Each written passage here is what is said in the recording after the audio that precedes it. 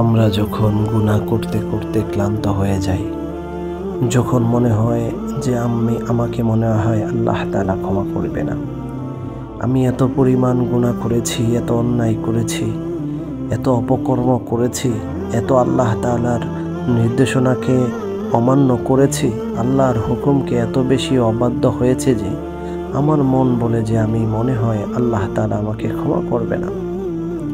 আল্লাহ তাআলা ওই পরিমাণ পর্যন্ত আল্লাহ তাআলা তার বান্দাদেরকে ডাকতে থাকে আর বলতে থাকে, হে আমার বান্দা, তোমার তো অনেক গুনাহ হয়ে গেছে।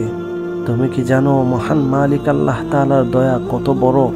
তুমি একবার আল্লাহ তাআলার কাছে চেয়েই দেখো না, তুমি একবার রবকে ডেকেই দেখো না, তোমার রব তোমাকে ক্ষমা করার জন্য প্রস্তুত আছে।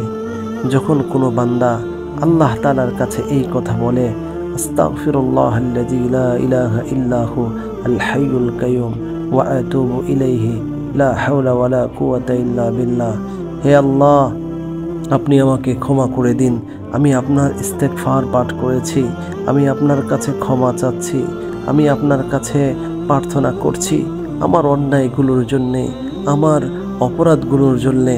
আল্লাহ তাআলা তখন বলেন, বান্দা, তুমি আমার কাছেই যেহেতু ফিরে এসেছ, তুমি যে আমার কাছেই ক্ষমা চাচ্ছ, আসো বান্দা, আমি তোমাকে মাফ করে দিলাম।